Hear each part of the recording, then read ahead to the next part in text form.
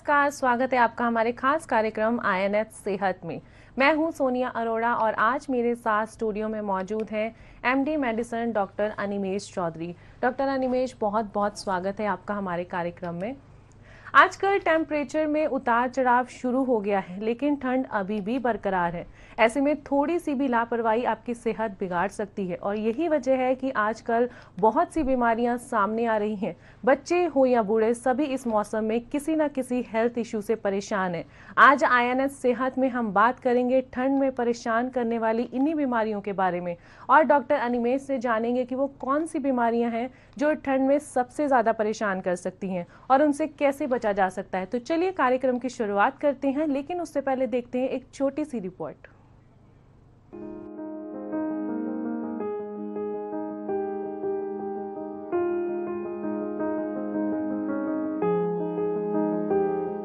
सर्दियों के मौसम में ऐसी बहुत सी बीमारियां हैं जो लोगों को घेर सकती हैं। सर्दी के मौसम में जुकाम, खांसी और बुखार के अलावा अस्थमा, हाई ब्लड प्रेशर और ब्रेन स्ट्रोक के मरीजों की तादाद भी बढ़ने लगी है। इसके साथ ही अगर बात करें दिल के मरीजों की, तो उनकी संख्या में करीब 25% तक बढ़त हुई है। सर्दियों में स्वस्थ बने रहने के लिए विशेष सावधानी बरतनी चाहिए, क्योंकि सर्दी में होने वाली बीमारियों के लगातार बढ़ने और पनपने का खतरा बना रहता है। इस मौसम में शरीर को जितना ढककर चला जाए, स्वास्थ्य उतना ही बेहतर रहेगा। सर्दियों के मौसम में बच्चों और बुजुर्ग को भी बेहद सतर्क रहने की जरूरत है।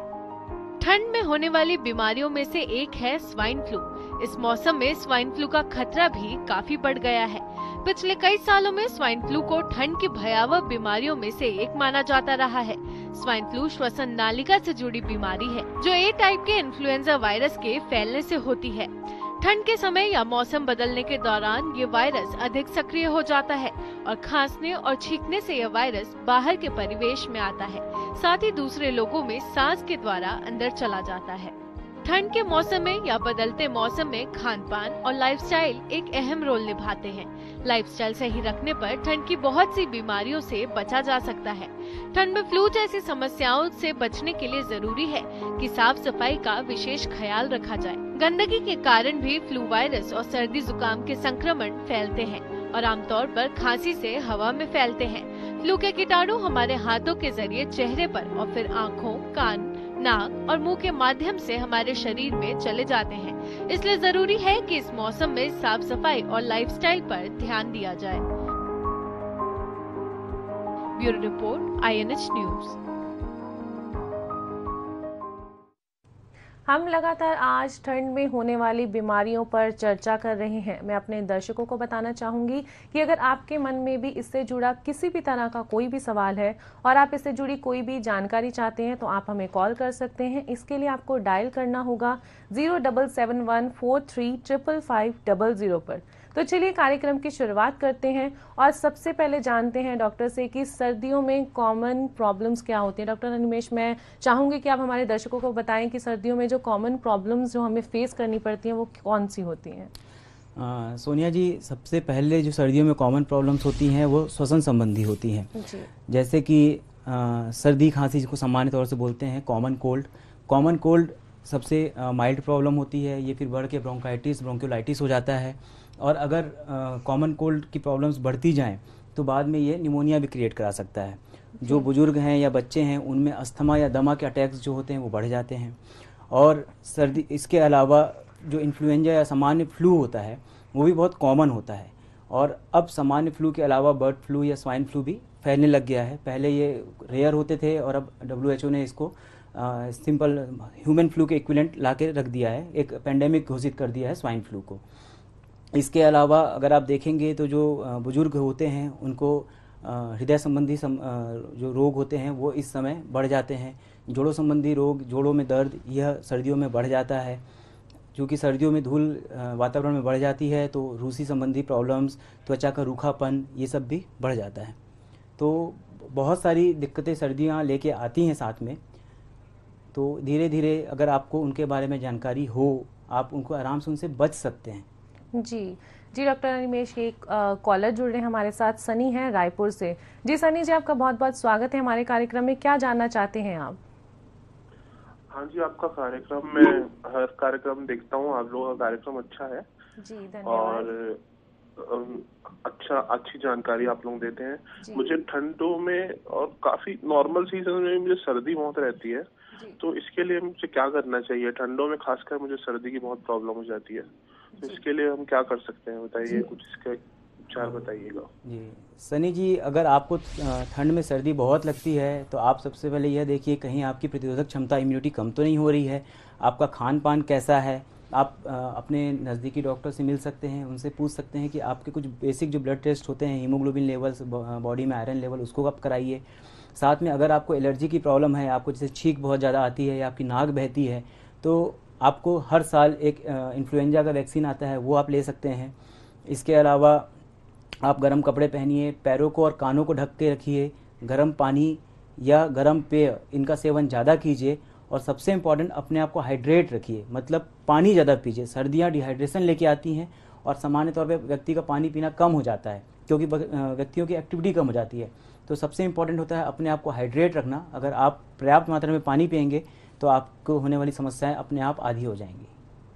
डॉक्टर अनिमेष, एक और कॉलर हमारे साथ जुड़ रहे हैं, सुनील हैं। सुनील जी, आपका बहुत बहुत स्वागत है हमारे कार्यक्रम में। आप क्या जानना चाहते हैं? मैम, मेरा 6 साल का बच्चा है, जी, तो उसका क्या 2 दिन से तो खांसी था, उसका फिर तबीयत खराब होता, बार बार हो जाता तबीयत खराब। जी, जी, तो सुनील जी, सबसे पहले तो मैं कहना चाहूँगा कि बच्चों के मामले में हमेशा अपने आसपास के डॉक्टर के पास जाइए। सर्दियाँ बच्चों के लिए घातक हो सकती हैं और बच्चों को बहुत सामान्य तौर से सर्दी होती भी जाती है, दोनों चीज़ें हैं यहाँ पे। तो बच्चों पे सर्दी जो रहती है वो सामान्य खांसी जिसमें से लेके पूरा ब्रोंकोलाइटिस, निमोनिया और स्ट्राइडर तक जा सकती है। जैसे रात में कई बार बच्चे अचानक से उठ जाते हैं, उनको खांसी का अटैक आता है, सीटी बजने जैसी आवाज़ आती है उनकी छातियों से, तो ऐसे केसेस में उनको आपको तुरंत नज़दीकी अस्पताल में ले जाना चाहिए। जो मैंने इससे पहले कहा सनी जी को, बच्चे डिहाइड्रेशन के सबसे ज़्यादा शिकार होते हैं, तो बच्चों को प्रॉपर मात्रा में दूध, गर्म पानी या सूप जो भी उपलब्ध है बच्चे की उम्र के हिसाब से वो पिलाते रहना चाहिए। एंटीबायोटिक मेरे हिसाब से बच्चों को बिना डॉक्टर की सलाह के अपने मन से किसी भी मेडिकल शॉप से लेके नहीं देना चाहिए जब तक डॉक्टर प्रिस्क्राइब ना करे। बच्चों को एंटीबायोटिक डॉक्टरों के द्वारा कहने के बाद ही दी जाए। और जो सामान्य मेडिकेशंस होते हैं सर्दियों के, जो आमतौर से लोग यूज करते हैं, आप उनका प्रयोग कर सकते हैं, पर अच्छा होगा कि आप किसी आसपास के डॉक्टर को दिखाइए और क्या कारण है कि आपके बच्चे को बार बार सर्दी हो रही है उसका पता लगाया जाए। जी डॉक्टर अनिमेष, जैसे कि कई बार सर्दियों में पेट से जुड़ी भी काफ़ी समस्या हो सकती है, जैसे काफ़ी सारी पेट से रिलेटेड प्रॉब्लम्स है, पेट में कभी दर्द भी काफ़ी होता है, इसके क्या कारण होते हैं और इसके इलाज क्या है, इससे बचा कैसे जा सकता है? सोनिया जी, ये बात तो बहुत साफ है कि अधिकतर लोग जिनको कॉमन कोल्ड होता है, जिनको सर्दी के प्रॉब्लम होती है, उनको साथ में ही पेट की दिक्कतें भी होती हैं। इसके पहला कारण तो ये है कि अधिकतर केसेस में जो फ्लू होता है वो वायरस के कारण होता है अधिकतर केसेस में। तो ये जो वायरल है वो कई बार हमको इंट्राइटिस या फिर गैस्ट्राइटिस कराता है, जिसके कारण कुछ लोगों को abdominal discomfort, sometimes loose motion type की चीज़ें हो सकती हैं, पेट फूला फूला सा लगता है। इसके अलावा हम सर्दियों में कुछ गर्म खाने के लिए या अधिकतर बाहर खाते हैं, बाहर कुछ चीज़ें खाते हैं जिसके कारण भी पेट खराब होता है। साफ़ सफाई नहीं रखने के कारण भी पेट खराब होने के चांस रहते हैं। तो अगर पेट आपका ज़्यादा मात्रा में ख़राब नहीं है तो आप सामान्य तौर से घर में साफ़ सफाई मेंटेन करें, दही जैसे चीज़ें जिनमें हेल्दी बैक्टीरियाज होते हैं उनको आप खाएं और बाहर की चीज़ें खाना अवॉइड करें।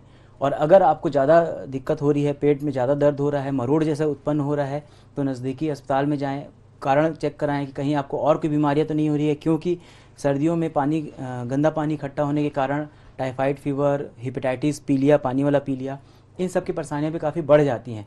तो आपको ये सब तो नहीं हो रहा है, इसके लिए आप किसी भी नज़दीकी अस्पताल में जाके अपना खून की जाँच कराइए और डॉक्टर को दिखाइए। जी डॉक्टर अनिमेष, जैसे कि सर्दियों में अक्सर ऐसे देखा जाता है कि प्रॉब्लम्स काफ़ी बढ़ जाती है, जैसे अस्थमा के पेशेंट ऑलरेडी काफ़ी उनको प्रॉब्लम होती है, लेकिन सर्दियों में उनकी प्रॉब्लम काफ़ी बढ़ जाती है। मैं चाहूँगी कि आप हमारे दर्शकों को बताएं जो अस्थमा के मरीज हैं उनको क्या प्रिकॉशंस रखनी चाहिए जो उनकी प्रॉब्लम ये और ना बढ़े, अस्थमा से रिलेटेड उनको कोई प्रॉब्लम ज़्यादा फेस ना करनी पड़े। इसमें दो राय नहीं है कि सर्दियों का मौसम जो रहता है अस्थमा और दमा के मरीजों के लिए कहना चाहिए कि एक तरह से नाइटमेयर लेके आता है। तो उनको शुरू में ही ध्यान रखना है, अपनी जितनी भी दवाइयाँ हैं वो लेना स्टार्ट करें। आप अपने जो भी आपके फैमिली डॉक्टर्स हैं उनके पास आप जा सकते हैं कि हमको पहले से क्या क्या प्रिकॉशंस लेना है, और इमरजेंसी केस में हमारे पास कुछ एक्स्ट्रा मेडिकेशंस क्या हों। अचानक से हमारी अगर सांस बढ़े या फूले तो अस्पताल आने के दौरान उस बीच में हम क्या ले सकते हैं ताकि मरीज को तुरंत आराम आ जाए। साथ में जितना भी हो सके उनको ठंड से बचना चाहिए। ठंडी जगह जहाँ पे ठंडी हवा चल रही हो वहाँ पे जाते समय या तो पूरे कान ढकें, सर ढकें, मोजा पहने, गर्म कपड़े पहने पर्याप्त रूप से। जैसे जितने भी हो पाए दिन में कम से कम 8 से 10 बार गर्म पेय, सूप, चाय, ग्रीन टी या फिर गर्म इवन गुनगुना पानी, इसको लगातार लेते रहें। दवाइयाँ बिल्कुल भी मिस ना करें, समय से अपनी जांच कराते रहें और समय से अपनी दवाइयाँ लेते रहें। जी, आज हम लगातार बात कर रहे हैं सर्दियों से होने वाली समस्याओं को लेकर, प्रॉब्लम्स को लेकर। अगर आप भी इससे जुड़ी कोई भी जानकारी चाहते हैं तो आप हमें कॉल कर सकते हैं। नंबर है 0771435500। आज हम लगातार बात कर रहे हैं ठंड से होने वाली समस्याओं को लेकर। डॉक्टर अनिमेष, मैं अभी चाहूँगी कि आप हमारे दर्शकों को बताएं कि ठंड में जैसे हार्ट अटैक के भी काफ़ी चांसेस बढ़ जाते हैं, इसके लिए क्या प्रिकॉशंस लेने चाहिए ताकि ये समस्या का हमें सामना ना करना पड़े? सोनिया जी, क्या होता है कि जैसे ही बाहर का वातावरण कम होता है तो हमारी बॉडी को अपना कोर टेम्परेचर बनाने के लिए ज़्यादा वर्क करना पड़ता है। हमारी बॉडी का मेटाबॉलिज्म रेट बढ़ जाता है, जिसके कारण हार्ट को ज़्यादा काम करना पड़ता है। ब्लड वेसल्स कुछ जगह कॉन्ट्रैक्ट हो जाती हैं बिकॉज ऑफ कोल्ड क्लाइमेट, तो उसके कारण हार्ट अटैक के चांसेस बढ़ जाते हैं। तो इसमें समझने वाली बात है कि अगर किसी मरीज को डायबिटीज़ की बीमारी है या किसी को ब्लड प्रेशर की बीमारी है तो उन मरीजों को हार्ट अटैक के चांस हमेशा रहते हैं और ठंड में वो बढ़ेंगे। तो क्या होता है कि अगर कभी आपके छाती में दर्द हो रहा है या दर्द नहीं भी हो रहा है और आपको बेचैनी लग रही है, अचानक से गर्मी लग रही है, आपकी धड़कनें तेज़ हो गई हैं, पसीना ज़्यादा आ रहा है, या फिर आपको बाएं हाथ में या कभी कभी दाएं हाथ में गर्दन के पीछे कहीं भी आपको ऐसा लग रहा है कि कुछ दर्द जैसा कोई सेंसेशन जा रहा है, तो हमेशा उसको आप आगे वर्कअप करवाएं। किसी नज़दीकी अस्पताल में जाके कम से कम एक ECG जरूर करवाएं।